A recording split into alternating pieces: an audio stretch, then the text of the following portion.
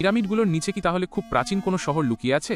বিজ্ঞানীরা সম্প্রতি গিজার পিরামিডগুলোর ভেতরে কিছু ভয়েড বা ফাঁপা জায়গা খুঁজে পেয়েছেন।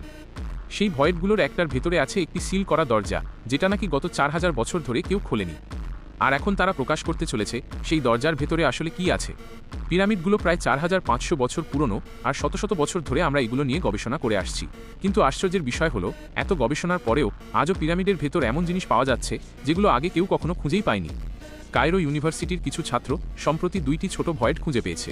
এর মধ্যে সবচেয়ে ছোট ভয়েডটি আছে 3টি বড় পিরামিডের একটির ভেতরে।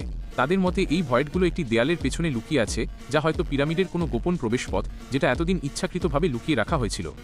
মিশরের সবচেয়ে বিখ্যাত একজন প্রত্নতত্ত্ববিদও সম্প্রতি প্রকাশ করেছেন যে পিরামিড খুপুর ভেতরে একটি ভয়েড রয়েছে, আর সেই ভয়েডের ভেতরে আছে একটি সিল করা দরজা।